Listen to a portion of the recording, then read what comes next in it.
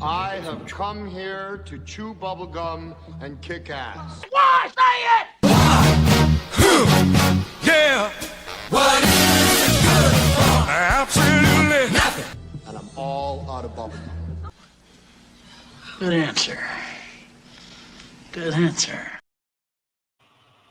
Hello, welcome to Steelers Sanctuary War Room with Trent Ging and myself, Bob Quinn. And it's weird to be doing a war room without the Steelers playing in a couple hours, but unfortunately, this is how we right off the rip. Fuck the Patriots. I love it. Trent, how we doing? Is it weird doing a war room without the Steelers playing football? Yeah, I mean, this is totally different, obviously, so this is all new for us, but I thought it'd be a little bit fun to keep War Room going. We're going to kind of talk about some guys that might be free agent targets. Some of them probably going to end up being a little bit more realistic than others, and as the offseason goes on, of course, you're going to have some other guys enter the picture that maybe aren't in the picture right now with cut downs and things like that will happen, but what the hell? It's the offseason, Bob. We got nothing better to do, so let's analyze some guys that might be targets. Yeah, before we do that, Jay Glazer came out with a report earlier today and said that Tomlin is not necessarily felt like maybe the organization was holding them back from hiring coaches and improving the facilities. Do we think Mike Tomlin is going Terry Bradshaw and throwing the organization under the bus? I don't know. If it's coming from Jay Glazer, it came straight out of Tomlin's mouth. I mean, those two have had a pretty tight relationship for a long time, so it's hard to imagine that Jay's not getting firsthand confirmation of some things, and it's not just him piecing the puzzle together. So I don't know. I mean, and it's going to make me think more and more about how much of this was Tomlin wanted to spend time with family and how much maybe the organization had heard the boos in the stadium and that the draft was coming into Pittsburgh, and maybe they did say behind closed doors, like, hey, you can walk away on your own or we can have a more difficult conversation. Which way do you want to go with this? So I don't know. This is going to get this is not over. Like, this does not feel over by any means. Like, I feel like this is going to continue into the offseason. Yeah, it's so weird. And then they also reported that potentially he's done coaching, which, I threw out there a couple of times that no Steelers head coach has ever been hired to coach again for another organization. We of course, we all feel like Cowher could have. If Tomlin wants a job, he'll probably get a job. But what a difference the national narrative is now that all of a sudden, and I'm almost wondering if they're running cover because he was so, the 9 years only won 4 playoff games and 4 out of 13 appearances. I wonder if the national media is starting to cover and maybe putting in his ear, hey, Mike, if you come back, you are not coming back to the Steelers. If you fuck up 2 or 3 years in a row and they fire you, Hall of Fame might go bye-bye. That's an interesting thought because I guess I didn't really think about it that way. I mean, right now, I think people are going to make a lot of narrative, and Corbin brought this up last night, that he has enough accolades right now to get in. I mean, he has a Super Bowl, whether it's Cowher's guys or not. You can argue what you want. That's not going to be part of the decision-making process to get him in the gold jacket. He does have the win streak, or the non-losing season streak, I should say. And overall, the way he's been viewed for all these years, and there is voting on this thing, right? It's sports writers voting and things like that. So the popularity contest, he's absolutely going to win the popularity contest when it comes to national media, because they've been behind his back, pushing him forward into the spotlight for, decades, almost 2 decades. So it'd be interesting to see, like, could he come to a team and tank, and then maybe that does put him in jeopardy? I don't know. That's an interesting thought, Bob. That is an interesting thought. Yeah, I feel like it's very much like the Russell Wilson discussion, where if Russell Wilson retires 3 years ago after the bad year in Denver, everybody just chalks up, okay, you had a shitty year. Most of your career was really good. You're a Hall of Famer. But I kind of feel like he's played himself out of the Hall of Fame now because there's a lot of quarterbacks with one Super Bowl. Yeah. So, And it's interesting too because like I can see both sides of this whole argument that Glazier's bringing out here. So I know a couple of people in the chat said, one we're talking about finding it hard to believe that Tomlin doesn't get everything he wants. He has the most power of any coach in the NFL, and I mean outside of Belichick, he did have more power than Tomlin. yeah, and There's no one. But key thing there is had, because I cannot see another organization letting him, and not only another organization, let's say they did give him the power. Pittsburgh had the cover of, we don't know who has the power, so national media could blame the GM and the owner and everybody else, even though we all kind of knew who was pulling the strings in Pittsburgh. The national press was, oh, what do you expect? He doesn't have a quarterback, doesn't have this, doesn't have that. You know, I don't know. I have a feeling the more it gets removed, because it's been more than 5 minutes and he doesn't have a job, that this is going to, and I heard the rumors about, Buffalo.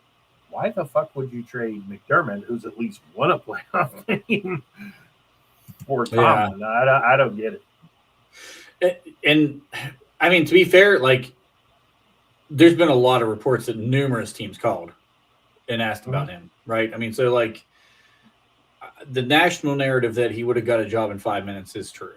If he wanted it and he said, yeah, I'm coming back today, they're working on a deal with somebody tomorrow, right? I mean, that's just the way it's going to work out. But at the same time, it doesn't sound like that's going to happen. So Glacier and his family. Yeah, he probably did. This is an interesting one here from Adam, though. I don't know why he would want that job. Okay, so Emeka Egbuka, younger guy, but the two big-time wide receivers are old. I mean, Mike Evans might not even be back with the team. Yeah. Baker Mayfield is your quarterback. There's good and there's bad with that. Bucky Irving's a nice running back. Mm-hmm. But, I think the offensive line is okay and the defense is okay. I don't know. I mean, Tampa would be crazy enough to do something like that. It'd be interesting if he went full circle and came back to Tampa. But I will say this, Tampa does not play around with coaches. I mean, if you're not successful 2 or 3 years down there, there is a lot of New York, Northeast transplants in Tampa who don't tolerate a bunch of bullshit from their coaches. Mm-hmm. Yeah. I mean, the only thing that makes it interesting to me is the fact that, like, supposedly Tomlin allegedly wanted to get to warmer weather, and that would be a job where he could get to warmer weather. So, I don't know. I mean, the building blocks aren't there for sure. I mean, like, there's not – that seems kind of interesting. They're not as old as what the Steelers were, but I feel like the Steelers right now have more building blocks in place than what Tampa Bay has because – they're going to lose their middle linebacker. You're probably losing potentially 2 wide receivers in this, depending on, I mean, Evans, they may try to bring back for 1 year. He's a free agent right now. I mean, you've already had another receiver that's had a ton of injury issues throughout his career. Like, does he say screw it and hang him up? Like, I don't know. So I don't know. That one's an interesting scenario. But yeah, Tampa's a weird team. Baker was MVP candidate first half, and he was the worst of the worst Baker in the second half of the season. I feel like there's a chance because he's not taking a job this year. If he waited 2 years, I think there's a chance Baker's not there. Yeah, possibly. Yeah. I mean, at this point, Baker kind of rehabbed himself in the Sean McVay offense, and then he came to Tampa and played pretty well. the last couple of years. He hasn't played badly. It's a nice little story.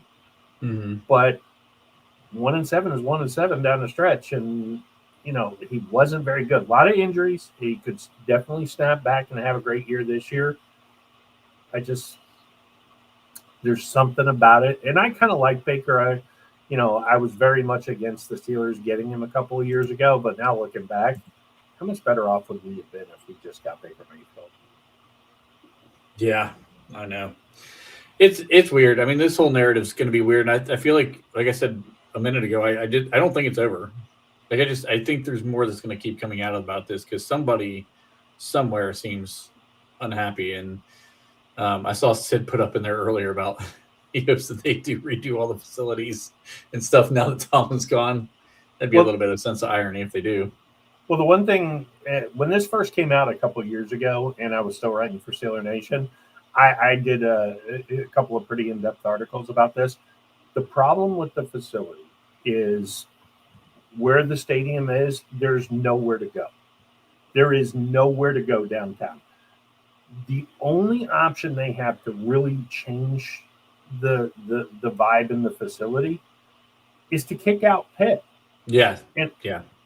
Now, they can do that in 2030, but it's 2026. So I just don't know how much you can do, to rehab the locker room and change the practice facilities unless you throw Pitt out of there, because Pitt has half the facility. And that's a deal with the city. You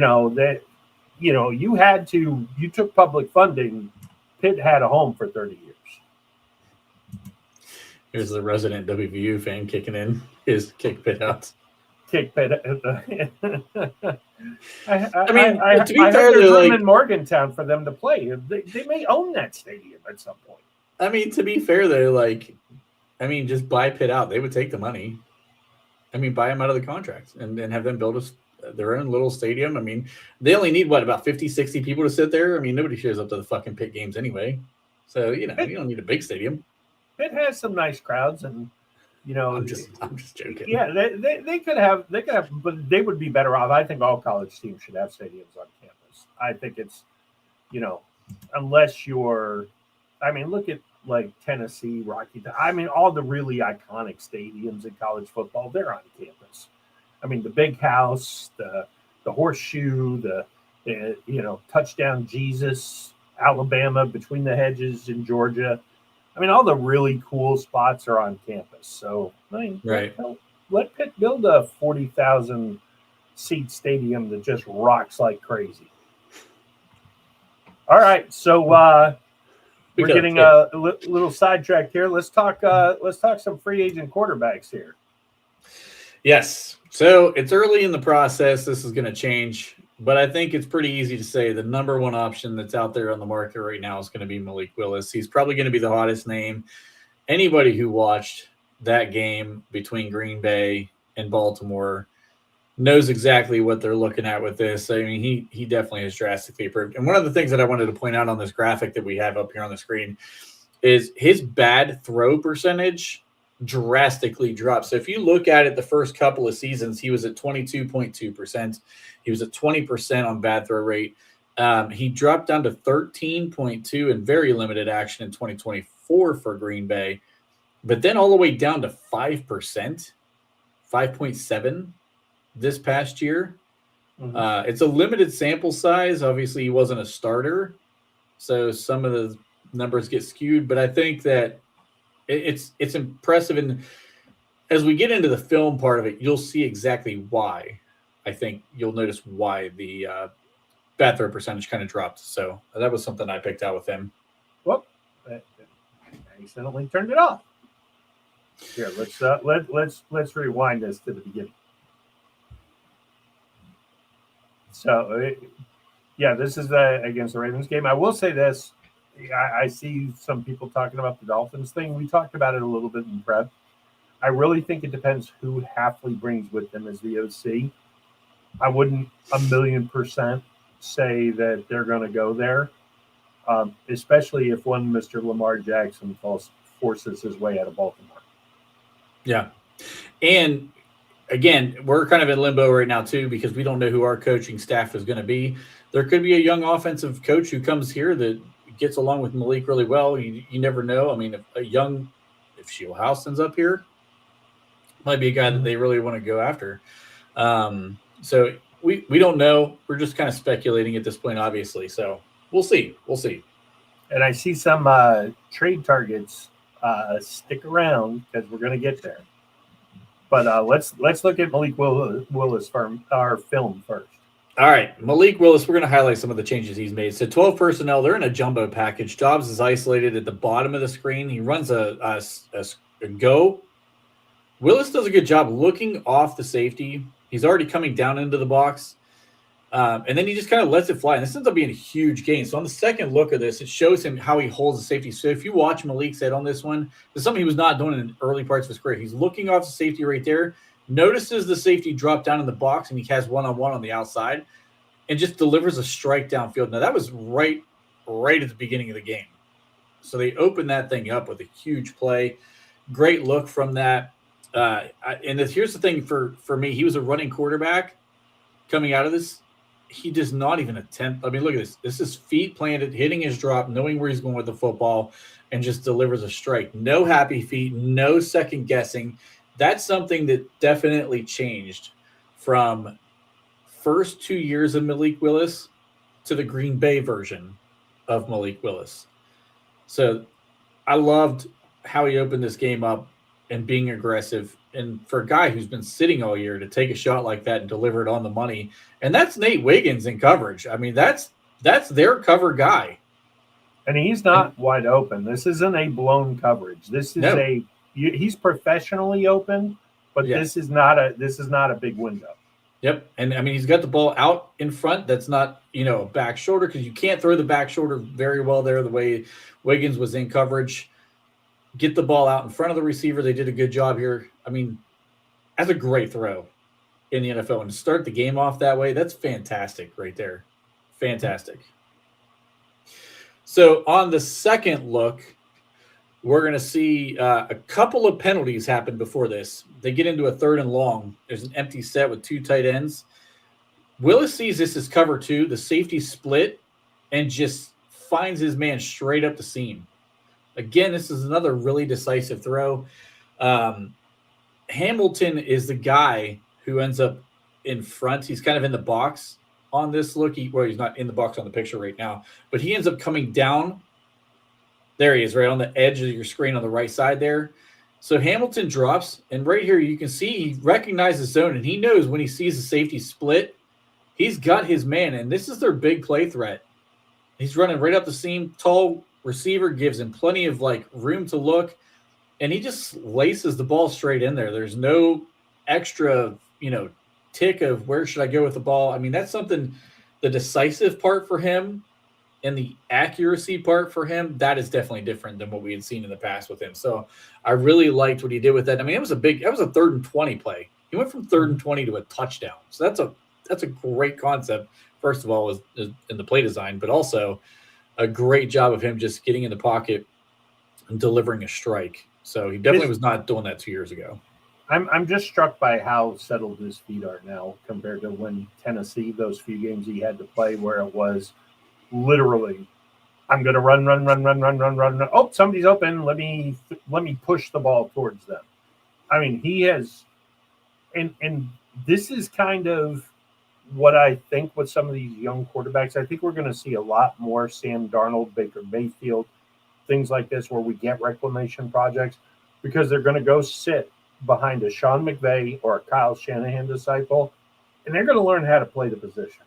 This guy, and kudos to Willis, because he could have been a red ass when he got there behind Jordan Love and just took plays off. Hendon Hooker looking at you. Hooker is a guy who had this kind of talent, and he could have maximized his opportunity in Detroit. Instead, he didn't study, got himself thrown off the team, and now look where he is. Yep. But I like to see this because I was down on Malik Willis in the draft for a lot of the reasons that you're pointing out. But I like to see that, a couple of years in the league, Lenore Sellers, if you sit for a couple of years, this could be you. Yeah, he corrected a lot of mechanics in this for sure. We're going to keep highlighting because I like this tape, honestly. So Packers in a trips look at the top of the screen on this one. You're going to bring Watson down in motion to the bottom of the screen. So watching him come in motion right there, he knows this is his zone coverage right off the bat. You don't see anybody following Watson down at the bottom of the screen. And he's got a cover 2 look in the pre-snap. He sees the tight end is going to open up on this. So this looks like a really simple throw, right? I mean, this is just a simple pitch and catch. He wasn't making that decisive throw 2 years ago. So again, when you're looking at a guy, we talked about fundamentals being an issue coming into the draft. I mean, he's reading the defense. You can see on this look, he's reading the defense. Nobody's following him. He knows he's going to look outside to Watson first. If that throw's not there, come right back to the tight end, and he goes through the progressions on this play pretty quickly. You can see the head snap out. He looks out down to the tight end, easy pitch and catch first. And that is something where you keep the chains moving. That's professional quarterback play. That is not, I have the big arm, I have the legs, I could try to make them spectacular play, or I can make an NFL play, hit the tight end in the middle of the field right there, get a 5-6 yard gain, and you're ahead of the sticks just like that. So I know that's a simple play, and everybody's here probably like, oh, well, what the hell, why are we showing that? That's why, because it's a professional football play, and he wasn't making those 2 years ago. So it shows progression. So on this one, the Packers and 12 personnel, they got 2 tight ends on this one. They're overloaded to the top of the screen. It's going to kind of put the defense in a little bit of a scenario. So on this play, it was a play action where Willis is going to roll out to his left side. So he is a mobile quarterback. What I want you to see is watch how he flips the hips and gets some weight behind the ball. That's a pretty, still using a lot of arm on that throw.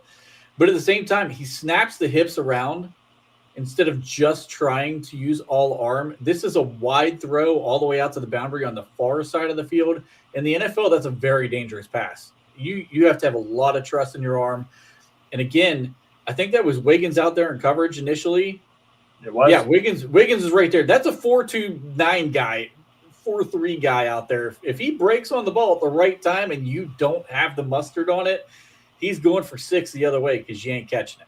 So you know what? I love the way he flipped his hips and got the power behind that ball to make sure that gets out for a completion.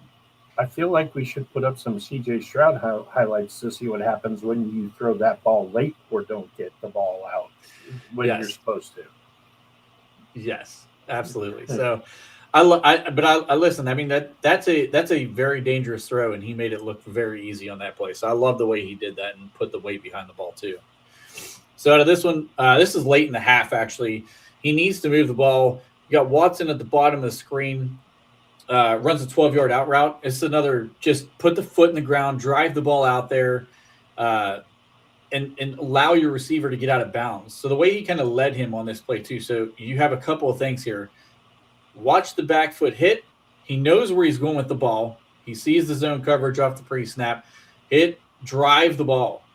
And he has that big arm, right? So you got a 12-yard out route late in the half, drives the ball, and puts it in a position where Watson can get out of bounds in tight coverage. Because let's be honest, we've seen that plenty of times in the NFL where you get that on the inside shoulder, the DB makes a tackle inbounds. Now, I don't know what the timeout situation was, but if you don't have timeouts in that situation, he's tackled inbounds. You could be talking about a play where you live to fight with a couple more plays after this, maybe 3 more plays because you got him out of bounds, or maybe you're playing for a field goal instead of trying to go for a touchdown. And I thought that was just something that was important, the way he was able to drive the ball, get him out of bounds, and lead him out of bounds as well. Absolutely. So this is another trips look where they're on the long side of the field. They bring Reed in this orbit motion right here. It's designed to take a shot to Golden. If you watch Golden, he's going to be the inside man on the Twins look up top. So he's going to come up to the middle of the screen, and you see how the linebacker drops. Willis wanted to go there. The young Willis was taking that shot. Instead, he gets it out, just gets it out, a little completion. It doesn't really go anywhere. It's a 3-yard gain, but we talk about a guy learning the NFL, not taking the chances. This was an interception for him 2 years ago. Easily an interception 2 years ago. But watch the middle linebacker on this play. Roquan's the guy who ends up dropping out. So he's the guy kind of now in the middle of the screen. Roquan sees it is not a run play. He immediately turns and runs. Now, Willis wanted to go right there. You could see it. He holds the ball. Could he have hit the tight end right here? Maybe. But is it a dangerous play to go to the tight end even right there with Kyle Hamilton, who's another guy who's a big play guy? Take the safe play. And that is progression for a young guy who had turnover issues in the past and a guy who honestly looks a lot better playing quarterback in the NFL. Excuse me. This is an interesting point by Greg, too. It's not that he's huge, but what you notice about him, what strikes me about him, is he's a big 6'1". He kind of reminds me a little bit of the Jalen Hurts big 6'1", where he's a squat, big, wide-shouldered, and you can tell he's a running quarterback. I mean, he would be a problem in the open field as a running back at 6'1", 225. He was in that game. Yeah. Do you remember that big scramble play? Yeah, and we look at some guys who are coming out in college, and we'll talk about this on the Sunday Draft Show a little bit, I'm sure, because we're talking about quarterbacks this Sunday. Yeah. Cade Klubnik, Garrett Nussmeier, those guys are 6'1". This is a different looking 6'1". This is a guy who's solid, and if you come tag me, oh yeah, you're going to pay a price. Whereas a guy like Klubnik and Nussmeier, they're slight, they're small. Jaden Daniels a little bit bigger than this, and has a lot more, oomph to his game than some of these. But they strike me as I'm skinny as Jaden Daniels, but I don't have his skill set. I'm not 6'3", I'm 6'1". Yeah. And at 225, you're kind of pushing where you're bigger than a lot of the running backs in the NFL. There's a lot of running backs now because the league has changed so much to go to speed. Most of your running backs are coming out 210. So 225, I mean, he's a big dude. I mean, he's definitely a load, and that's a compact 225 at 6'1". It's, obviously the Buckeye guy, Justin Fields was 6'3", 225 coming out of Ohio State. But that extra 2 inches, it leans you out, right? Like, I mean, for the way your body is looking at 220, he does not look anything like Willis at 225. Mm-hmm. So it is a very compact, big, heavy load at 225 for him. So for sure. Yeah. I think we'll get to some guys who maybe play a little bit more like those guys. I don't feel like Willis is comparable to Stroud or Williams. I think he's even more settled than both of them at this point. He kind of looks that way. All right, so in this one, Packers are going to come back out. They're starting in a trips. Look at the bottom of the screen. They bring Wicks in motion this time. They're going to blitz Hamilton on this one. And rather than taking off and running, this was another play where I thought this is progression for this kid, right? I mean, he was a run-first guy anytime he didn't have his first read in Tennessee. So he comes here and just watch what he does. So instead of running, he just slides. Slide in the pocket, find your guy, get him out in the open field, and then Dobbs does the rest from there. That's something that he learned, obviously, in this system is just making sure that he gives himself a chance, right? Like, you don't have to be the guy who makes all the plays like he did at Liberty. You're in the NFL now. He didn't get that the first 2 years, and I thought that was a great little thing of just sliding in the pocket. And how many quarterbacks, honestly, come out of college and they do not learn to slide in the pocket? Tom Brady was the best. Tom Brady was absolutely the best at sliding in the pocket. That dude had no mobility, but you couldn't fucking sack him half the time because he figured out a way to slide in the pocket and avoid pressure. That was him feeling the pressure off the backside, sliding to the right, and then still finding the throwing lane. And I don't know if you noticed, but the way he altered his throwing motion even, he kind of gave it that like three-quarter sidearm throw around the defensive lineman there. I'm telling you, this kid has progressed way, way more than I thought until I started really digging into some of this stuff. So, yeah. And then on this one, we do get to the athleticism. So here's the play action. You can see everybody kind of crash down on the running back. Now, he hadn't ran to this point, but once he does get out in space, it's a foot race, and he's going to win that foot race. He still has some burners to him. And you'll see even more on the second look. Watch everybody from the linebackers, the safety, the corner. They all come crashing down into the middle when they thought this is a run play. So here comes the play action, and look where everybody's going. Simpson was diving into the hole, right? You got Marlon Humphrey. Humphrey's crashing down from the corner spot. Well, that's your contain. He's your contain right now. And we all talked about, Humphrey against the Ravens game where he's lost a step. It wouldn't have mattered. I mean, you could have had anybody out there because, look, as soon as he recognizes that's an oh shit moment for a veteran DB right there. He's got his hands up in the air because he knows that's an oh shit moment. I got to get going because this dude's got some wheels. And gone. I mean, that's just gone. And again, like you talked about earlier, he's a big dude. So even if you get a hand on him, you're going to take more than a hand to get him down. Oh yeah, that's a one. Gilliam took a terrible angle there, and that shows that he doesn't recognize the speed that Willis has too. When you see a professional DB take an angle that bad, he doesn't even recognize how fast this guy is. So it looks different when they're in on the field than it does on film. Yep, absolutely. I mean, this is a guy I know, and Vaughn, definitely take your bow here because Vaughn was on him early. We kind of came to it at the same time, I think. But that being said, there is something different about him now. And yes, I would love it if he comes to Pittsburgh. I don't think it's Tomlin centric here. I think he kind of knows I need the right guy to draw the plays to make me look really good. The Green Bay has a very good offensive system. Yeah, and for sure. I think he is, that's why, I mean, could he, because of Miami with the Hafley connection? Okay, maybe. But if Hafley turns around and hires Arthur Smith or somebody like that, if I'm Malik Willis, I'm not going there. Mm-hmm. So yeah. And I'll say this, like I'm highlighting all of the strides that I felt like he's made in this. We still don't know if he's going to be a long-term answer because what we've seen, you can see the improvement, but there's two sides of the coin. I could also make the argument that Baltimore's defense was god-awful, right? I mean, they were just a bad defense this year. But I think what you've seen with him mechanically, it's the reason I'm pointing all these things out is he becomes worth the shot, right? Like he may not be the franchise quarterback. We don't know. Maybe he does turn out to be the franchise quarterback, but because you see the mechanics changes and the way that he's learning to play NFL quarterback, it's worth the shot. And that's why he's my top option now in this free agency because, I mean, there's no one in the draft. There's just no one in the draft for Pittsburgh to go after. So what do you have to lose in Malik Willis? If he does really, really well, great. Maybe you found your franchise quarterback and you give him a 2-year deal where it's team-friendly and you get 2 good years out of him on a cheap contract and then you pay him later. Or if he absolutely bottoms out and he's the exact same guy that, came out of that draft class that a lot of us didn't like, well, then we can draft our guy pretty high next year, right? Because he bottomed out the team too. So I just think there's no risk to this play. You could do a Jets deal with Justin Fields and guarantee you get Willis.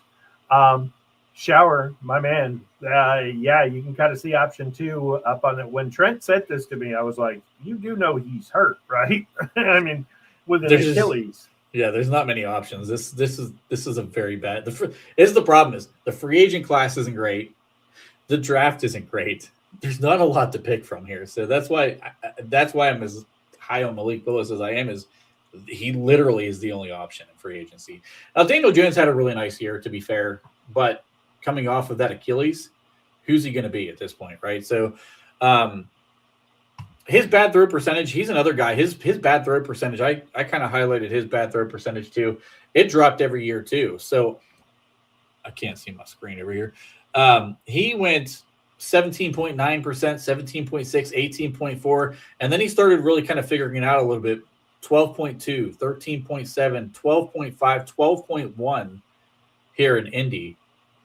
And he really from working with that Indianapolis staff. Steichen really helped him out a lot. And the receivers that he had there, because the Giants really haven't had a lot of receivers. So these guys, Pittman, Pierce, they helped him out a ton. I think that also helped make a difference for him. But this is another guy that it's pretty easy to point out that you can see growth in him as well. I mean, you saw – I mean, we talked about this when Pittsburgh was going to play Indy. They were the hottest offense in the NFL at that point in time of the season. There was no doubt about it. So, I think that we're going to highlight why he's a better option than bringing back Aaron Rodgers in this one. So even if you have to wait on him, it might be worth it depending on how long you wait. Tui Pulatu is going to come off the edge virtually untouched in this one. Daniel Jones brings another bit of that running element. He's very underrated for his running ability, to be honest with you. And he doesn't just use it to actually get out and run the football, but they use it a lot of times to move the pocket, get him out in space, avoid pressure. So the guard's pulling on this one. There's just no way he's going to get to that. But you're moving the pocket, and the defense also reacted to that. He's able to get the ball out in front to the tight end. That ended up being Tyler Warren. It ends up going for a pretty big gain, to be fair. So, yeah, my only question with Jones is coming off the Achilles. Number one, being it was December, is it possible he could be ready in September? Yes, there are guys who can come back that fast now from an Achilles. But if it's we sign him to a 2 or 3 year deal, because I don't think he can go longer than that on Daniel Jones. And now all of a sudden he's out till December, and we're stuck with, does then the temptation of what you would have to pay Jones based on the year, does it maybe intimidate you from taking somebody in the 27 draft, especially as bad a season as you could potentially have with him? But that being said, if he's there in September, this could be a real high risk reward type of deal. I looked this up on Spot Rack. Now take what you will from Spot Rack, because sometimes they're pretty good and sometimes they're not on these average values. They have his market value right now at 4 years, $174.4 million, which is $43.6 a year. If that's the contract for Daniel Jones, I will run Will Howard's happy ass out there as QB1 for Pittsburgh, because I'm not paying Daniel Jones $43 million coming off of an Achilles. And none of these guys are somebody that I would be signing to a long-term deal, because we've seen guys in free agency come out, have one really good year, they get a big contract from a team, and then they go right back to who they were at times, right? And that could be the Daniel Jones thing here. Maybe not. We'll see, because he's had good moments in the Giants. But I sure shit ain't paying that dude $43 million for 4 years and missing out on a chance to draft a guy in the 27 class. That's just true. That's not happening for me. But there are some good things about Daniel Jones. So let's get back into it. 13 personnel look for the Colts. This is a one. No one is open in the zone. So the Chargers do a great job of kind of covering up everybody on this play. Daniel Jones just kind of takes off, right? And this is the running ability that he does have. Just makes something out of nothing. I mean, there's not a whole lot there. And the Chargers defense had a pretty good year on this one. So I think that was something that he brings that escapability. Aaron Rodgers really limited what we're able to do as a team in a playbook and schematically. Like, you can't really do anything. So this is the modern day NFL now. I mean, how many of these quarterbacks can do exactly this play right here? And we have just not really had it in Pittsburgh outside of 6 games from Justin Fields. But outside of that, we've not had this. So again, this is the other look. You can see how the Chargers are talking. They're covering everything up. Could have maybe dumped that underneath to the tight end right off the bat, but he feels the pressure coming, makes him hold the ball an extra tick, and just gets out and picks up 7 yards, 6 yards. That's the modern day NFL, and that's something he does bring to the table. So mobility is a good thing. Something's wrong with the tape. There it is. I was kind of waiting to see what's going on. So this time the Colts are spreading this thing out in 11 personnel. The Chargers are in their nickel coverage. Jones does a good job of reading the defense on this play, and he's going to end up delivering this to the open man. So he ends up missing on the throw right here, and you see Pittman coming across behind everybody. He kind of missed on that throw a little bit. It was just out in front, but I think he did a good job of reading the defense. You can see he's going to make a check right here. He's going to shift some protections.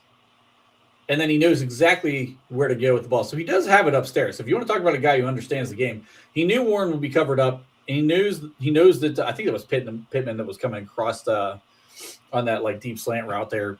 But just misses on the throw, but at the same time, like that's a guy who, if you want to go play professional freaking offense, because we've had some guys that Mason Rudolph haven't been able to do that. Like that's what you want. You want a guy who understands the defense. He knows where to go with the football. You have a modern day offense, which is what we're hoping to bring in here. You can see the levels look of the way that route concept was going on that play, and he just reads it perfectly and gets it right to the right guy. Yep. DMC chiming in with Mason Rudolph just threw an interception. Oh, God. All right, so here's a play Jones needs to improve recognition. So the Chargers are showing a zero blitz on this look. On the play, he should be checking to a hot route. He does not check to a hot route. He doesn't make any adjustments.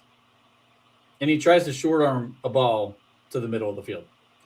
I mean, this wasn't a one-time thing in this game, by the way. This happened a few times, and this is something that's a little concerning for me, is he recognizes one play really well, and then another play he doesn't. And he just short arms that ball, knowing pressure is coming. He doesn't try to adjust the pressure or he doesn't try to adjust any of the protections.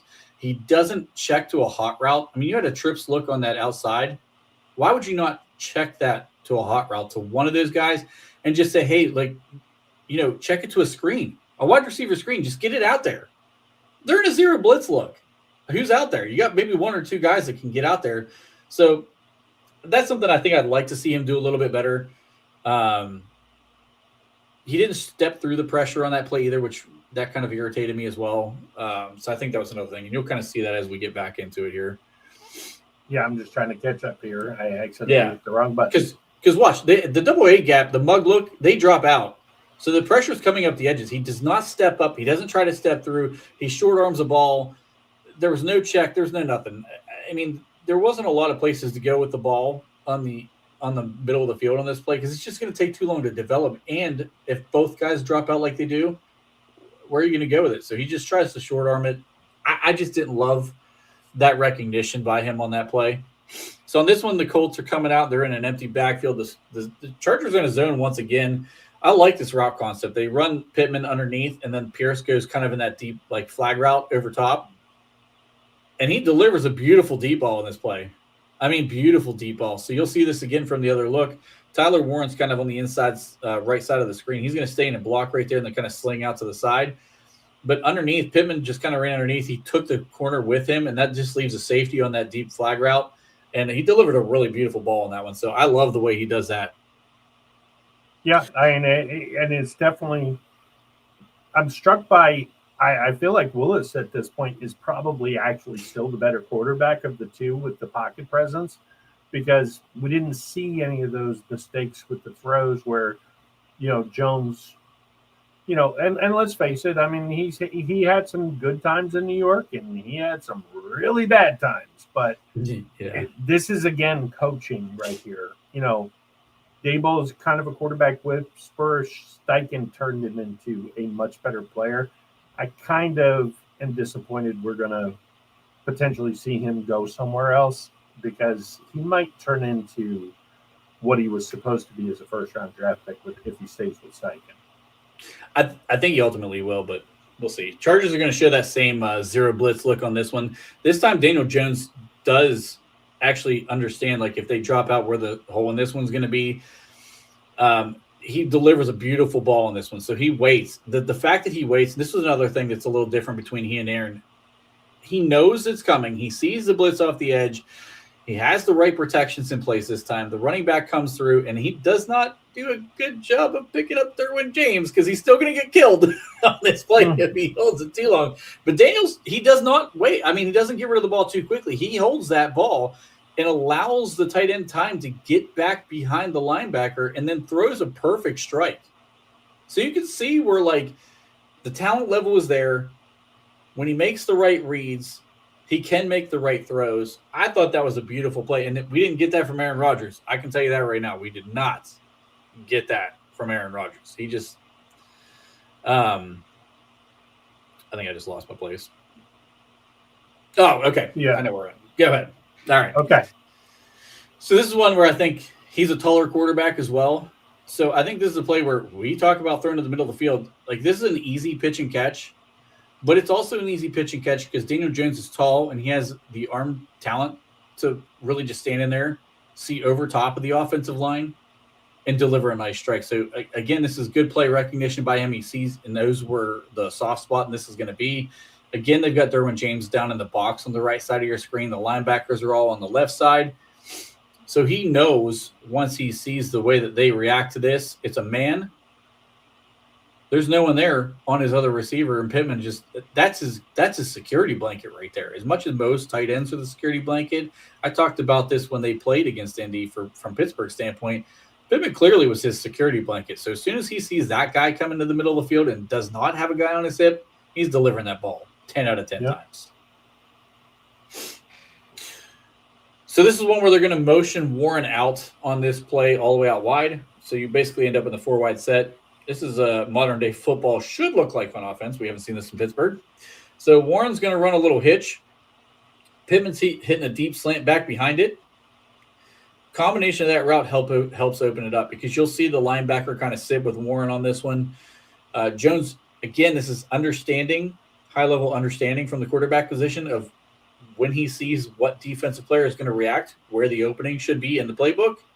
You see the tight ends, but you have one kind of curl in the middle. You have a little hitch on the outside between Warren, and you know the guy coming back behind is going to be open between those linebackers. He delivers a nice ball. So I think what we've seen from Daniel Jones, it's definitely improvement from even what we'd seen in New York. Still, man, I like what Willis has brought to the table personally. All right, option number 3, one of my favorite players. Look, is this the franchise? No.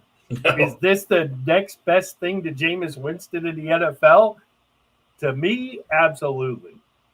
He reminds me so much of Ryan Fitzpatrick. I mean, he reminds me so much of Ryan Fitzpatrick. There's a game where Gardner will go off, and there's another game where you just don't want him in the stadium. And I mean, how can you not love it, right?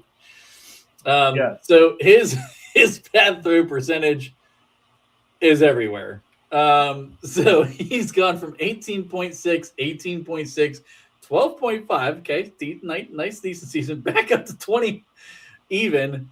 Then he goes to 15.5, a little higher than you want, 13.5, and then he goes all the way to 27.3, which is the very limited reps that he has had. He only played the one game. He was 6 for 13 before he got hurt, and that was that Kansas City game. So I'm not going to bash him too bad for the 27, but. And actually, Greg, just real quick, Greg, the injury was not a torn ACL. It is a knee injury, but he is expected to be back by opening day.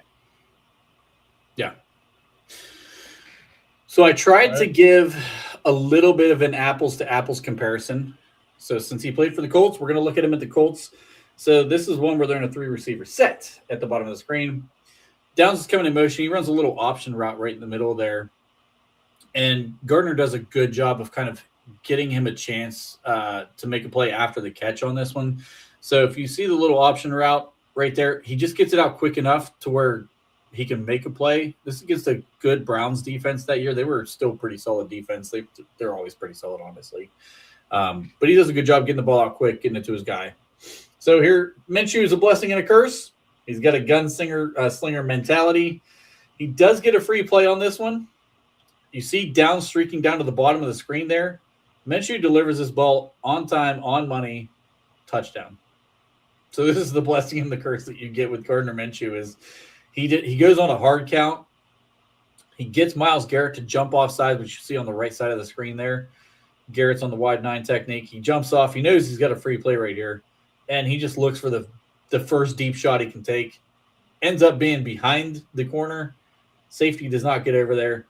Ends up being a touchdown. He ends up going for 303 yards and 3 touchdowns in this game. But he also turned the ball over a couple times too. So yeah, against a really good Browns defense. It was a very good Browns defense. So right here, ball control has always been an issue for Gardner Minshew. They're going to 11 personnel set. I don't know what the hell he's doing on this play, to be perfectly honest with you. Myles Garrett wins around the edge. This is one of the 3 fumbles he lost on the day. So Gardner knows he's coming. This is the part that got me. So on this angle, you can see it really well. Play action. Gardner knows he's coming right there. Like, he feels the pressure coming behind him. He's trying to throw the ball. You see him at the bottom of the screen? He's trying to throw the ball. He's almost on the ground trying to throw the ball. That is the Gardner Minshew that we all love. I mean, like, why are you not tucking the ball right there and just taking the sack and eating it? I don't know what he was doing. Just when I saw that, I was like, oh, he takes a sack, bad ball control. He doesn't tuck it when he knows the pressure's coming.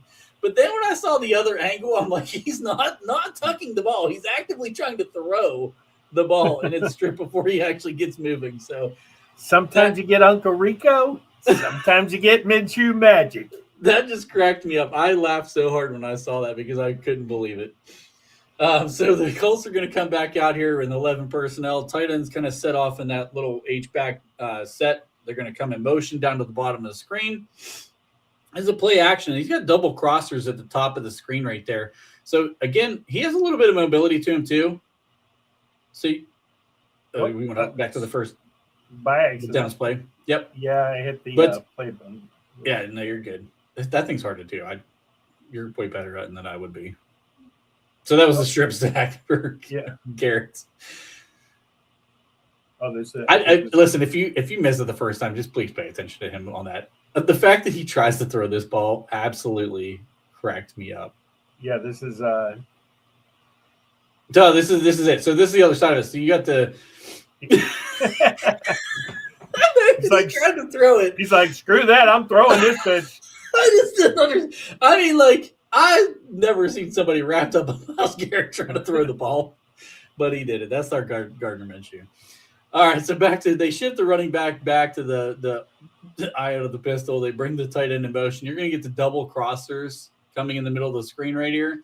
Now, Minshew got pressure immediately. He does get out of it, so he's got a little mobility, and then he delivers this ball.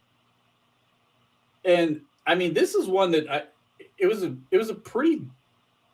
little behind. If I remember, I kind of missed part of that. Yeah. He delivered a strike. He delivered a strike on this one. Mm-hmm. So you can actually see it much better from this angle. So this is a good. I mean, this is the good you get from Gardner Minshew, right? Like he's the blessing and the curse. I'm going to keep saying it, but he gets out and rolls out. I mean, there's nobody blocking these guys behind him, and then he just delivers a strike on the run. I mean, it's slightly behind, but that's a pretty tough throw to make in the NFL. He gets it out there and delivers a pretty nice throw and gets him a nice first down right here. Moves the chains again.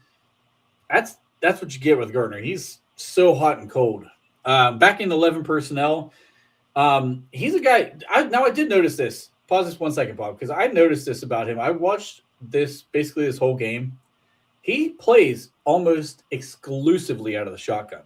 So if you're going to have an offensive coordinator and you think about bringing in Gardner Minshew, he better be able to call a game pretty much the entire game out of the shotgun, because the only time he was under center was when he was turning around to hand it off to Jonathan Taylor.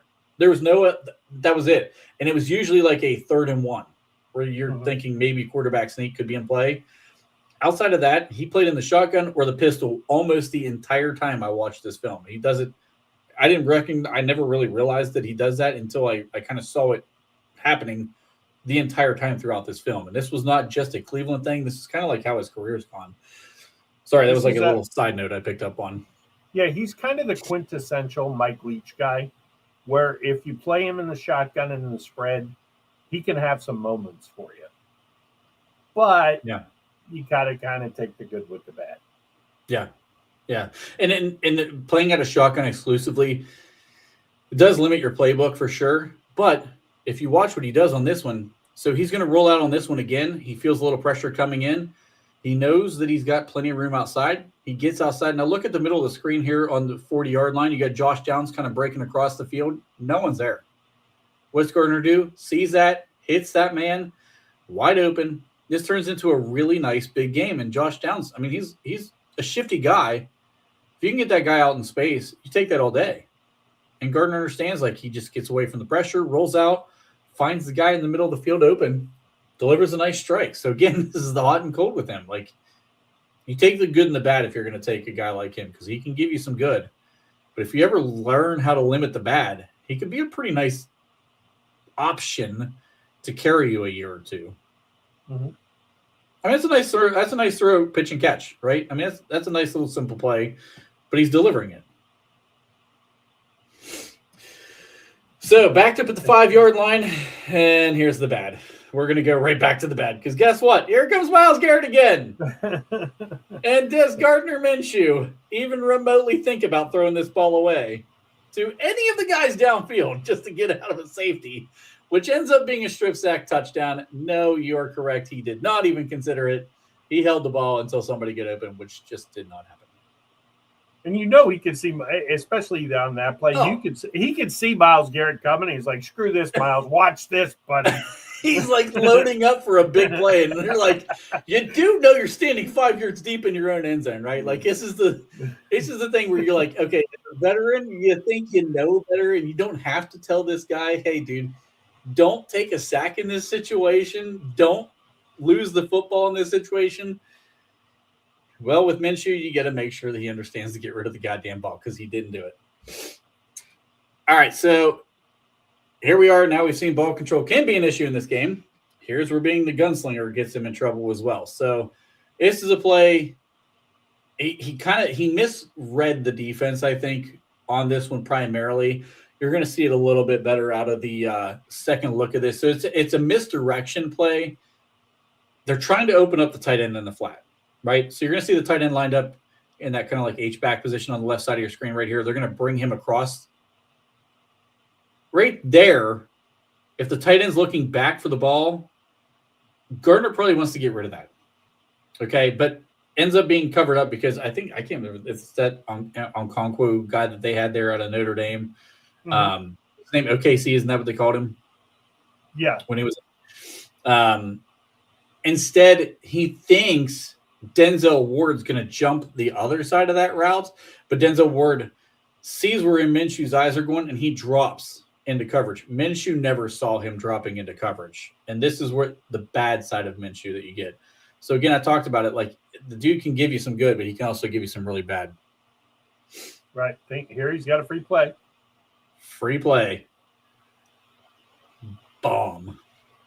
It's a great back shoulder throw, to be honest with you. I mean, that was another one where Pierce, this is somebody, by the way, you're probably going to see Pierce again on War Room at some point. Maybe a free agent episode for wide receiver. But here's the good of Minshew again. He's got a nice deep ball. I mean, look, he puts plenty of air under this thing and just allows the receiver to make a play on the ball because the corner was playing back behind him. So you can't throw this ball up over the top. Plus the corner or the safety's playing up over the top as well. So he's going to throw this thing as more of like a back shoulder fade, where you just allow your with Pierce is, I think, 6'4", right? 6'3", 6'4". He's fairly 6'8", tall. Yeah, he's a big guy. You're going to allow a taller guy to go after a shorter corner and just go up and make a play on the ball, and he does. And so again, you take the good and the bad when you're talking about Gardner Minshew. So I thought that was a great throw. I thought it was the appropriate throw on that play. Turns out to be another big play. And that's why he ends up with 303 yards. So Bob has a special. Bob, you're going to take this one. I threw this play in. Okay, so this is why quintessentially I love Gardner Minshew. So this is against the Steelers, same season, and this is not one of his 3 touchdowns that he threw, but this is what he brings with that mentality of, I'm not giving up on the play. I don't give a shit. I'm just going to throw it. You can see him take the snap. Here he comes. And then he's sacked. No, he's not sacked. Okay, I'll run. No, I won't run. Okay, I'll back up. Okay, there's Alec Pierce. Or no, I'm sorry, that was Pittman. And he tosses it to him. I mean, he should have probably taken off and got 5 or 7 yards. Yeah. And instead he says, nope, screw that, and drops back 5 yards. And you can kind of see it here. Yeah, he had a run lane right there.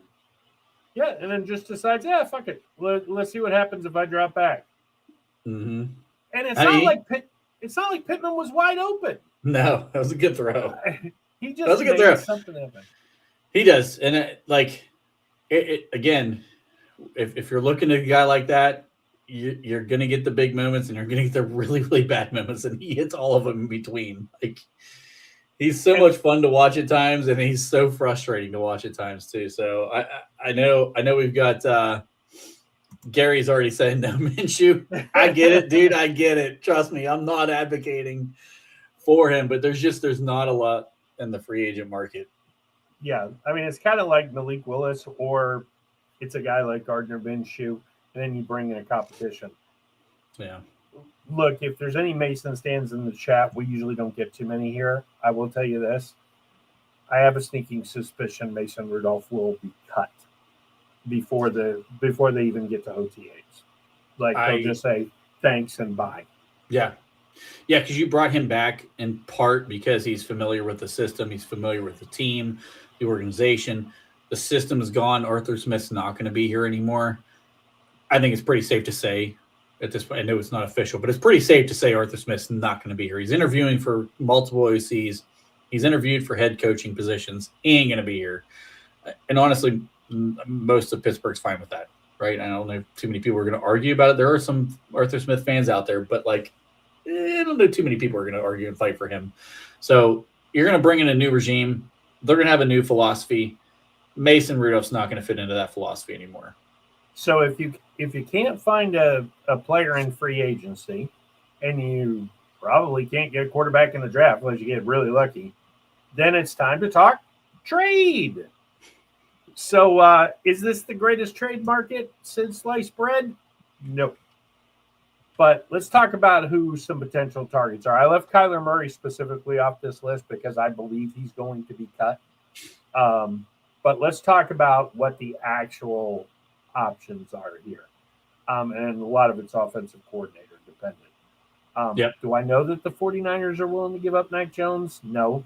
But, I mean, that's to me, I would give up a third and see if I can pry him away. I think it might take a second. Somber. I love it, Somber. We're all in on that. By the way, Mekhi Lemon's my dude for Pittsburgh all day. I want him as our first, if he's still there. But anyway, all right. I'm going to get sidetracked with that. So, Trent, what are you giving up for Mac Jones, if anything? So okay, so here's step one of this is Malik Willis is signed with another team. Yes, okay? Of course. So, and Daniel Jones isn't going to sign on the cheap because I would rather have Daniel Jones. But I think I would take Mac Jones over a guy like we just showed on the screen with Gardner Minshew. Mm-hmm. I'm not giving up much. I think I'm throwing out a sixth and maybe putting conditions on it. If he becomes a starter and he hits 3,500 yards and 24 touchdowns, it turns into a fourth.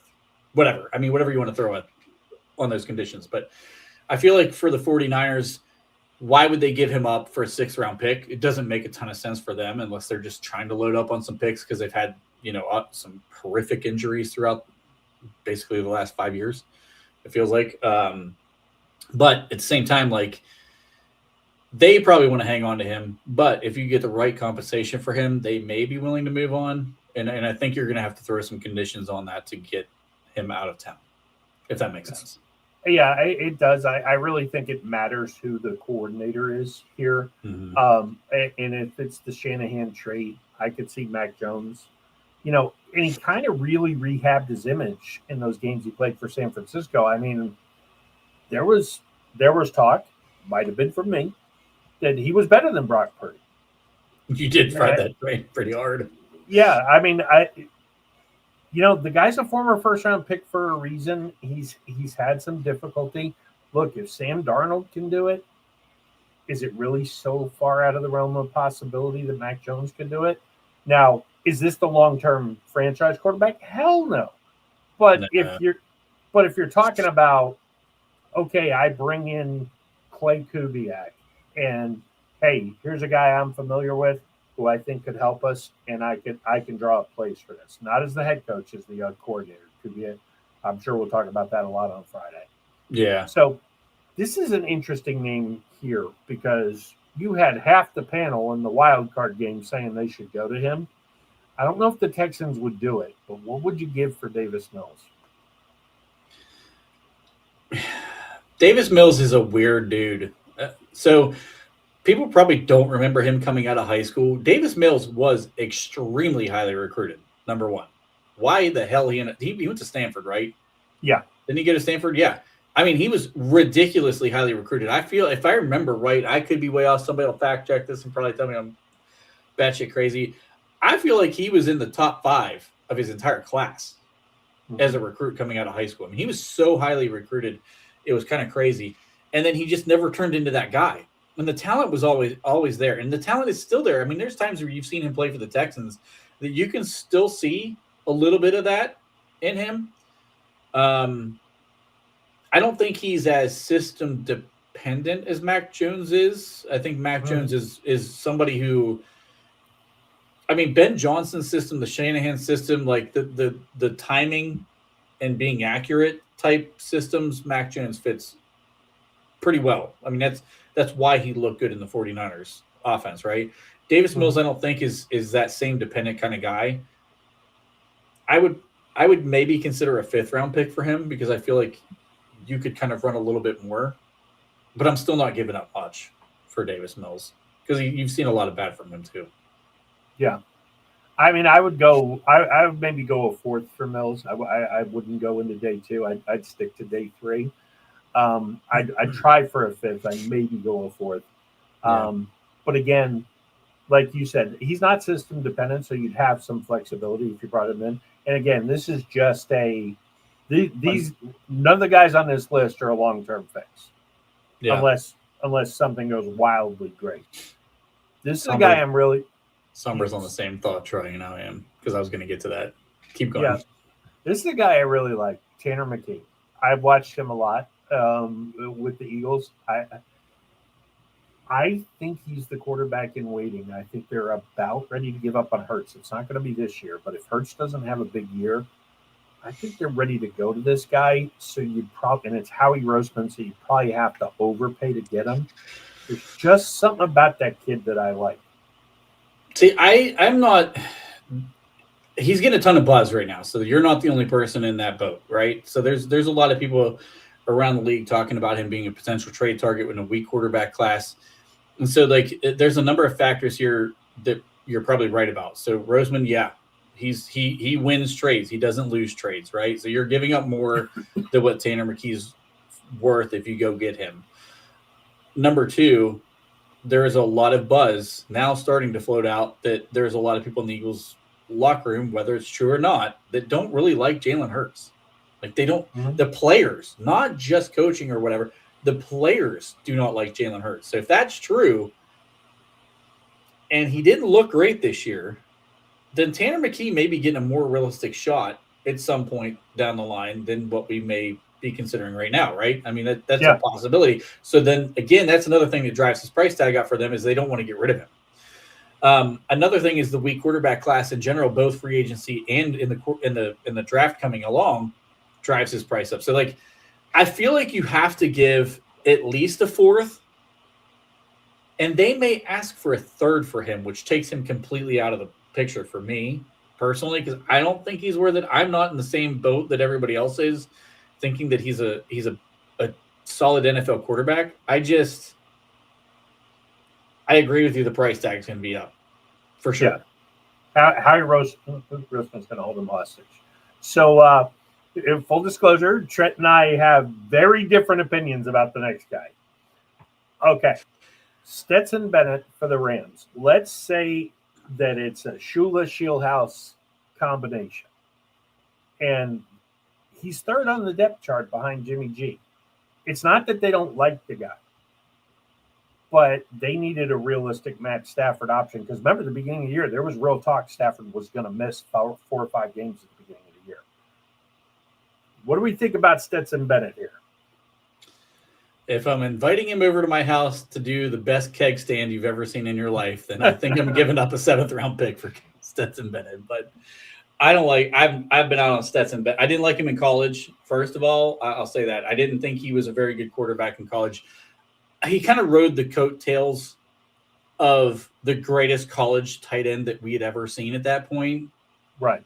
Like, and it's kind of been that way. He fell to the, what did he go in the 6th Did he go in the 6th round? No, he was surprisingly. Was he 4th round? He went the 4th round. I thought he was the 6th round, but I think he did go in the 4th round. He did. I was wrong about that. Yeah, I think he went in the 4th round. But he wasn't like a top 2nd, 1st round pick for a reason. He's got limitations. He's not overly big, and he doesn't have a strong arm. I think he just benefited from a really great Georgia team. And Brock Bowers carried his ass. He had Brock Bowers and who was the receiver that was there with him? Well, Darnell. I know Darnell didn't catch a lot with him. Pickens was hurt most of that last year that he was there. I'm trying to think who the other receiver was in that class. I can't remember who the other receiver was on that team at the time, but I mean he had some real weapons there when he was there. So I felt like he got carried a lot. Same talk that you guys always talk about the high state quarterbacks, which is there's truth to it for sure. Like he had a really good team around him, and I thought they carried him. So here's the things I like about Bennett is the guy who thought the most of him and who frankly overdrafted him, Stetson Bennett, should not have been a 4th round pick. He didn't have that kind of college career, but Ladd McConkey, good call, Somber. I didn't want to cut you off, but he's the one I kept thinking in my mind. I could not picture whether or not he was there at the time or not. I knew he was in that ballpark. I couldn't remember if he was there with him or if he only played for. But anyway, sorry, Bob. Yeah, when Sean McVay likes who you are as a quarterback, and he's played pretty well in the preseason for them. He's never played a regular season snap, but if you're reaching for guys in a class like this. This is a guy, he's got limitations. He doesn't have great arm strength. He's small. He's under 6 feet tall. Don't love that. But if you're telling me I get the Rams offense with him running it for 1 year until we go get the guy, I don't hate it. Everybody talks about Will Howard national champion, and that's why he should get a shot as a 6th pick. But here's a 2-time national championship who was a 4th round pick. Let them fight it out. Bring me Stetson Bennett. Bring me Will Howard. Put them out there. Whoever wins, wins. Did you say what you would give up for him? What's your compensation? I would not give up higher than a 5th because he's 3rd string on the depth chart. I would offer a 7th, maybe go to a 6th. The only way I'd go to a 5th is if Shieldhouse is the coordinator and he says I got to have Stetson Bennett because I'm not doing it with Will Howard. Yeah. Because there's not a lot of Rams guys out here available. Right. Yeah. So the next guy could make himself a lot of money on Sunday. Yeah, this is going to be Sunday dependent for sure. Listen, Jarrett Stidham's had some stints playing in the NFL already. Right? Maybe like he's had some moments. He's had some not so good moments. I think I'd go 5th for Jarrett Stidham though. He had his best game, I think, playing. Was it the Raiders a few years ago? Yeah, where he was a starter for a little bit there. Had some good moments there. He started for the Patriots, didn't he? Isn't that where he started his career? Started for the Broncos when they benched Russell Wilson. Oh yeah, that's right. Yes, okay. I would throw out a 5th for Jarrett Stidham to come compete here. I mean, what the hell? Like, we've got 12 picks in this draft, so you can be a little loose with what you throw out there for. And if he plays really, really well on Sunday, maybe you think of reconsidering for something else. Because if he doesn't in playoff football, okay, now I'm thinking about moving that up the ladder a little bit. I'm not going to a 3rd for any of these guys, but I would definitely be open to throwing out a 4th for him. Yeah. And now a very popular name in chat right now, Tyson Bagent. Do you remember at one point before Ben Johnson became the coach for the Bears, there was serious conversation about Bagent starting over Caleb Williams? There was serious conversation in training camp with Ben Johnson. Yes. Like, that's a guy who might make some noise. Like, for real. He may make some noise in this offseason. He's probably going to field some offers.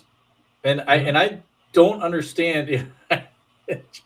I'm trying not to read the chat, Corb. I'm trying to come up with my own stuff. Thank you. But anyway, you guys have been going on for quite a while. I can't keep up with you guys, to be perfectly honest with you. I'll be honest. He's a tall guy. He's coming from he played in a Division II school.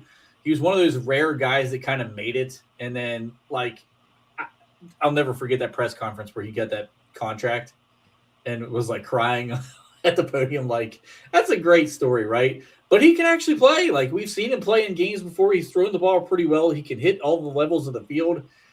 He, out of this list, might be the most intriguing to me. And that includes Mac Jones, as well as he played for the 49ers this year.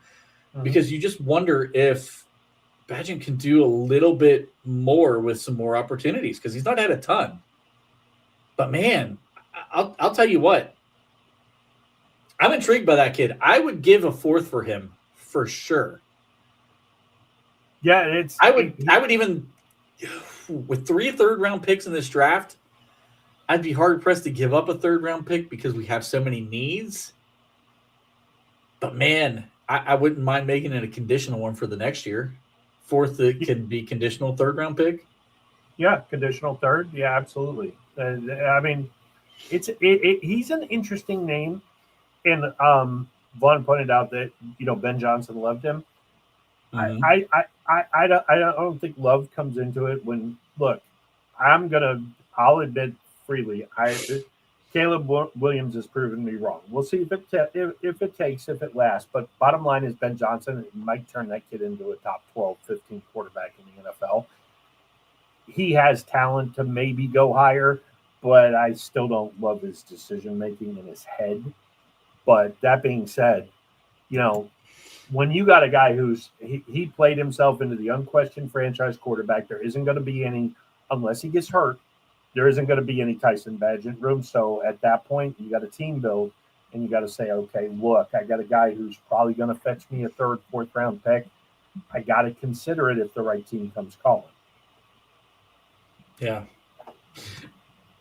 Do we trade TJ Watt for Bagent? And a pick, then you better get a pretty nice pick back behind that.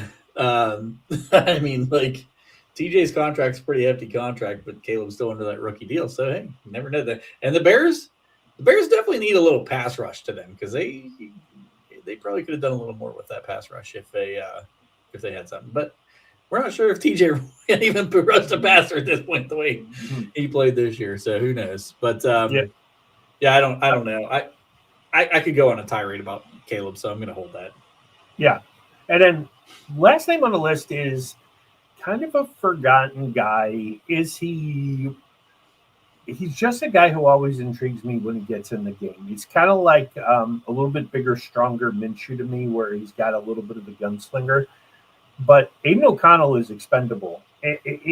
He's on the trade target list, but frankly, he's going to be on the free agent list, I think, very soon. I mean, he was the third quarterback for the Raiders. They're drafting Fernando Mendoza. We're going to break some news here. That means O'Connell might be on the street. But would I throw a seventh at it? I kind of would, assuming I can't get any of these other guys. I don't personally like Aiden O'Connell. I mean, he has the prototypical size for a pocket passing quarterback. He came out with some Kirk Cousins comps because they had the Michigan State ties, and he has that same kind of like lack of mobility. But he delivers the ball. The arm strength is very similar between the two guys. So there were definitely some like realistic comps between the two of those guys. But O'Connell doesn't see the field the same way. I don't think I would give up anything for Aiden O'Connell, to be perfectly honest with you. I think I would rather. I think if I was in the Aiden O'Connell territory, I'd rather go draft a guy like Taylon Green in the 7th round, who might even just go undrafted. But the physical tools are ridiculous that you take a shot on that guy and just see what the hell happens. So, like, I know throwing out, hey, I'd rather just give up a 7th round pick and see if I can get Aiden O'Connell sounds like great. But at the same time, for me, I think I'd rather just go take a shot at a guy like Taylon Green, just assume he had shit coaching throughout his college career at a bad school and say, hey, to your point, if we bring in the right OC, what if we bring in an OC who's really, really good at developing quarterbacks? And you go get a guy with phenomenal tools, and he has great size, but he overthrows a lot that creates turnovers. He's got great mobility, but he relies on it too much. I don't know. Hey, don't say. The one thing I like about O'Connell, though, to be honest with you, and why I think it would be intriguing with DK Metcalf, is he will uncork it. He will throw it down the field. He will. He will. Ain't gonna be no check down Charlie. Gonna be a lot of fumbles. Gonna be a lot of interceptions. But he's gonna throw it down the field. Yeah, for sure. Yeah, right. More mobile Mason. Look, and I don't want to be clear. Aiden O'Connell will not be Plan A, Plan B, Plan C, Plan D. We get down to Plan A, F, Plan G, Plan H. Okay, maybe he comes into the conversation a little bit. And like I said, I do think there's a great chance he'll be a free agent by the time the draft rolls around. Yeah, I do too. It's there. We're going to talk about quarterbacks on Sunday for the draft class. We're doing our first draft show on Sunday, and it'll be a little bit quarterback centric. We will be unveiling a top 32 big board that we're going to post on the website. We're also going to be rolling it out every week. I'll be doing mocks. I haven't picked a day yet. Probably not Tuesday night mocks because we're doing Tuesday war rooms. But I'll be doing my mocks like I did last year and putting those videos out. We'll do draft profiles, all that good stuff. We're going to have tons of draft coverage, and all leading up to our second annual draft bash. And some of you guys came on the program last year. We're going to start working on guests and everything. So it should be a lot of fun, but let us know definitely, on the war rooms, who you want to see for a position group to highlight and kind of go over. We're definitely doing wide receiver. I'm sure we'll do corner. But anything else you guys want to see, let us know leading up to free agency. We may get more draft centric on this show too after free agency kind of comes and goes before the draft. But there's a lot of good things. I mean, I think a lot of this is going to be real speculation until we get a coach.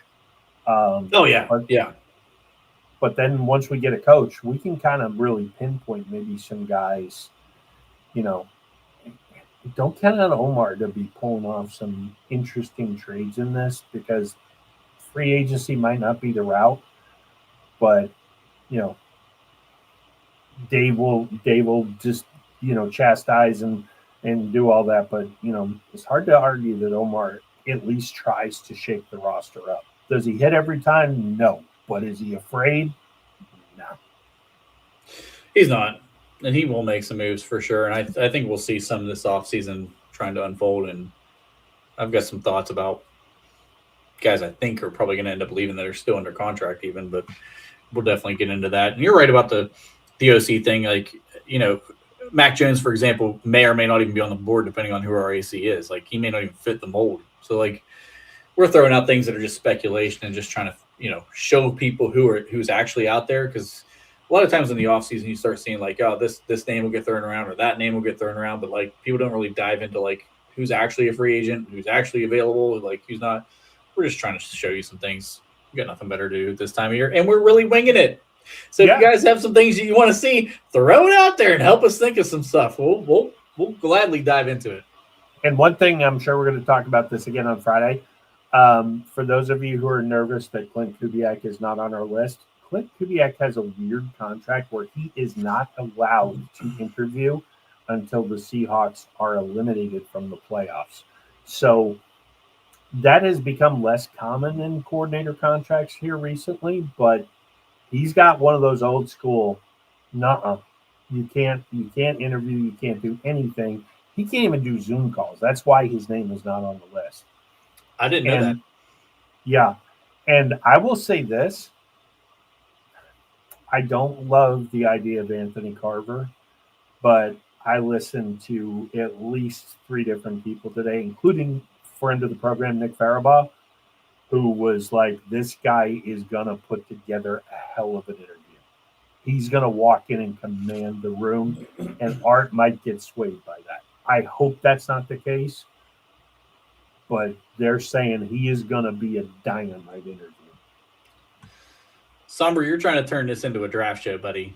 But since you started it, if you haven't seen Stribling, there is an obvious connection because they're 2 Ole Miss guys. But Stribling reminds me so much of Mike Wallace. I mean, so much of Mike Wallace. Like, they are like twins from a 30-year gap, 20-year gap, whatever the age difference is between the 2 of them guys, 20 years about. I'd love to know if anybody else sees that comp because he reminds me so much of Mike Wallace. Sorry. Yeah, which by the way, guys, Somber was on point last year with his draft comments. Really, really good stuff. He comes up with some when he puts out a deep sleeper. Greg put out some too, but Somber really came up with some good names. And if you got bored and you wanted to go back and look at draft shows from last year, he was really hitting on some of the guys he was saying as a dark horse. You know, got to get Somber on the broadcast live. Get the mic out, headphones out, whatever you got. Get on a broadcast, buddy. Yeah, and for those of you guys, you know, who watched it and followed it last year, we hit on a lot of the guys we said would be the best players in the draft. You guys all know I loved Eamon Mori. I called him the best player in the draft. I don't know if you can definitively say that after year 1, but I mean, definitely to me, he's in the conversation, and I really think he's going to do nothing but great things going forward. You know, there's guys out there. Dave Love Jackson Dart, turns out he was pretty much right in the sense that, was he worth a first round pick looking back? Yeah. Am I sad the Steelers didn't get him? Nah. Yeah. And I may have been wrong. I may have been wrong about Shedeur Sanders. Me and Colin had a pretty epic few battles about Eamon Mori.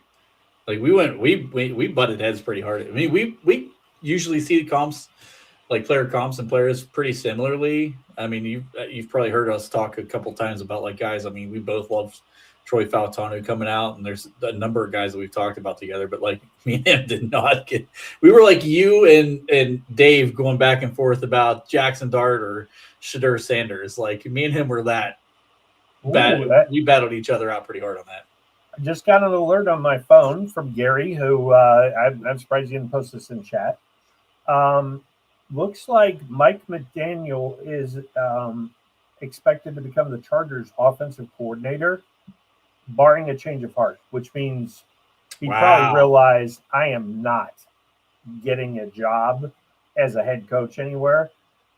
That's an interesting fit. I think Harbaugh and McDaniel could be fit. Very interesting together. So here's the thing. I actually saw earlier today that he had withdrawn his name from the Cleveland head coaching position. Yeah. And so I was like, that's kind of odd. Like a guy that we were talking about, we're not sure. We thought he might get a head coaching position, but like we weren't really sure if anybody was going to give him that chance. Like, why would you withdraw your name? So that makes a lot more sense at this point. And he's got to listen. Harbaugh loves to run the ball. I've talked about this ad nauseum. McDaniel draws up some of the best fucking run schemes that you're going to find for an OC who also loves to play fast. I mean, he is a great offensive mind. That's a scary fit. And all the Justin Herbert haters out there, you're about to see something fucking scary. Yeah, and he was hurt this year a lot, but one of my big draft crushes was Omarion Hampton. Man, Omarion Hampton in a Mike McDaniel offense, if you don't got him in a fantasy keeper thing, or you can get him in a fantasy keep, get that guy. Get that guy right now. Because he's not as fast as A-Chain, but man, imagine if Ollie Gordon could actually, run a 40 in less than 3.5 days. I mean, this is going to be lights out. And it looks, Gary, hey, Gary's on kudos top to of you it. for breaking the news, man. Yeah, I mean that's awesome. Yeah, I think the Chargers are dangerous. I mean, I still think Herbert will pee down his legs, so it's good he wears the yellow pants. But Yeah. Listen, Herbert with him as OC, you're going to see what the offense in Miami should have looked like with a quarterback with an arm instead of the fucking candy arm that you have. I agree with. He needs a burner though. He needs to get the man. Somebody opposite of Johnston. Would the Chargers be ballsy enough to trade for Waddle or Hill?